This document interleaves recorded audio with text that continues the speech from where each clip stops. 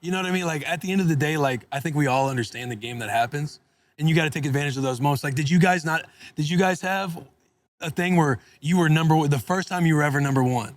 Yeah. You're just like, oh, we're number one. We gotta live in this moment for a second because we're number one. Yeah. Now you guys are the best sports podcast. Like you can look at the algorithms on how other sports pods are like number one on the charts. But if you go by the episodes, if you click on top episodes, like you guys have like all 3 of your episodes are always living in the top 10 like every week. Yeah, it's been cool to see. Like at first when we were up there, it was almost like surreal. But shout out to ESPN for helping us out right off the bat because they sent us that cease and desist letter telling us to change the name of our podcast.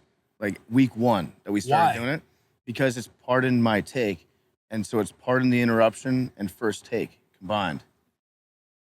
I mean, you never knew the creative genius. Yeah, well, I didn't even know that's why we called it that, honestly, until ESPN sent us that letter. Then I looked at the logo, and our logo was just straight up.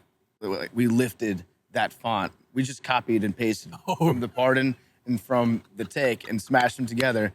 And so they told us cease and desist. And that was the best thing that could have happened to us because then I got to I wrote them a letter back. I wrote them my own cease and desist letter being like, you need to cease and desist sending us cease and desist letters, like step off. And then we started talking about that and the whole like back and forth. Like I remember Big Cat, I think went on the next show and was like, fuck ESPN. They don't want you to listen to this podcast. And so it turned into a war back and forth between our show and ESPN, and that's good for rating. Which plays great for you guys. They fucked up by giving us all that material to work with. So now we're the bad boys of podcasting, getting legal action threatened against us. So that was the best thing that could have happened to the show, honestly. So it gave us good buzz right off the bat. So you guys aren't as original as you guys always claim to be. No, dude, everyone's stealing from somebody else. I know, right? bro. There's no like I feel like a lot of people share this thought, but there's no originality really anywhere. Yeah, no, I've listened to your show. I get it.